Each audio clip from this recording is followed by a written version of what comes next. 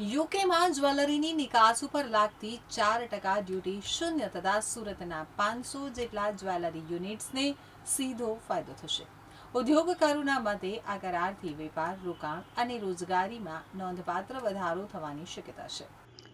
Bharat UK free trade agreement સુરતના હીરા અને jewellery ઉદ્યોગ માટે ગેમ ચેન્જર સાબિત થઈ શકે છે. 15 જુલાઈથી અમલમાં આવનારા આ કરાર બાદ યુકેમાં જ્વેલરી એક્સપોર્ટ પરની 4% ડ્યુટી સંપૂર્ણપણે દૂર થઈ જશે, જેના કારણે સુરતના ઉત્પાદકો અને નિકાસકારોને વૈશ્વિક બજારમાં વધુ સ્પર્ધાત્મક ભાવ સાથે વેપાર કરવાની તક મળશે. ઉદ્યોગકારોનું માનવું છે કે યુકેના વિશાળ બજારમાં સીધી પહોંચ મળવાથી નિકાસમાં વધારો થશે અને નવા વેપારી સંબંધો પણ વિકસશે.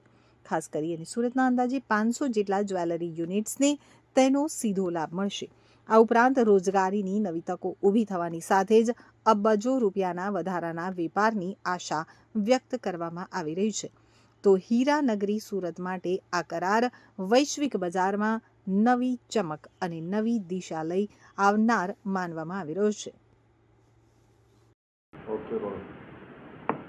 અમેરિકા દ્વારા વિશ્વના તમામ દેશો ઉપર જે પ્રમાણે ટેરિફનો કોરડો વીંઝ્યો, એના કારણે દરેક કન્ટ્રીના એક્સપોર્ટની અંદર ખૂબ મોટો ઘટાડો જોવા મળ્યો.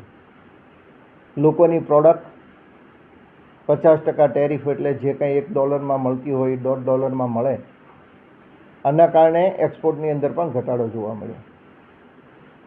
ખાસ કરીને ભારતના યશસ્વી વડાપ્રધાન શ્રી નરેન્દ્રભાઈ મોદીએ આ જે કંઈ મુશ્કેલીઓ ઊભી થાય એનો સામના કરવા માટે દુનિયાના અલગ અલગ દેશો સાથે ફ્રી ટ્રેડ એગ્રીમેન્ટો ચાલુ કર્યા. એમાં હમણાં જ ભારત સરકારે યુનાઇટેડ કિંગડમ સાથે ફ્રી ટ્રેડ એગ્રીમેન્ટ કર્યા. આવતા મહિનાની 15 તારીખથી આનું અમલી થશે. ખાસ કરીને હું જેમ્સ એન્ડ જ્વેલરી સેક્ટરની વાત કરું તો યુકે સાથે આપણું ડાયરેક્ટ એક્સપોર્ટ જે કંઈ આપણે એક્સપોર્ટ કરીએ છીએ એના 3% વાઇઝ આપણે 3% યુકેની અંદર ડાયરેક્ટ એક્સપોર્ટ થતું હોય છે. પરંતુ યુકેની અંદર 20% વેટ અને 4% ટેક્સ, એટલે 24% કોઈ પણ વસ્તુ અહીંથી આપણે મોકલીએ એટલે 24% ટેક્સ એની ઉપર લાગે. દુબઈથી મોકલો તો 22.5%, હોંગકોંગથી મોકલો તો 22.5%. એટલે આ બે કન્ટ્રી કરતાં આપણે અહીંયા ટેક્સેશન માળખું વધારે હોવાના કારણે જેમ્સ એન્ડ જ્વેલરી સેક્ટરના આપણે માલો અહીંથી ડાયરેક્ટ એક્સપોર્ટ નહોતા, એ વાયા આપણે કરવું પડતું હતું. યુનાઇટેડ કિંગડમનું વાર્ષિક જેમ્સ એન્ડ જ્વેલરી સેક્ટરનું જે માર્કેટ છે એ $5.76 બિલિયન છે. એટલે 48,000 કરોડ કરતાં વધારાનું માર્કેટ એ યુકેની અંદર છે. આપણે 2024ની વાત કરીએ તો યુકેની અંદર ડાયરેક્ટ આપણું એક્સપોર્ટ હતું $777.89 મિલિયન અને 24-25ની અંદર આપણું હતું $709.69 મિલિયનનું આપણું એક્સપોર્ટ હતું.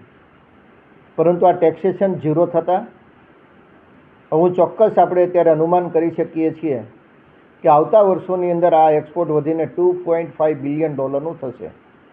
એટલે યુકેની અંદર વિશ્વની અંદર જે કાંઈ એક્સપોર્ટ થાય છે એનો 50% એક્સપોર્ટ હવે ડાયરેક્ટ ભારતની ધરતી ઉપરથી જેમ્સ એન્ડ જ્વેલરી સેક્ટરનું આપણે એક્સપોર્ટ થશે. એટલે ખૂબ મોટું માર્કેટ આ ફ્રી ટ્રેડ એગ્રીમેન્ટના કારણે આપણને મળશે. ડાયમંડ ઇન્ડસ્ટ્રીને આના કારણે ચોક્કસ ફાયદો થશે.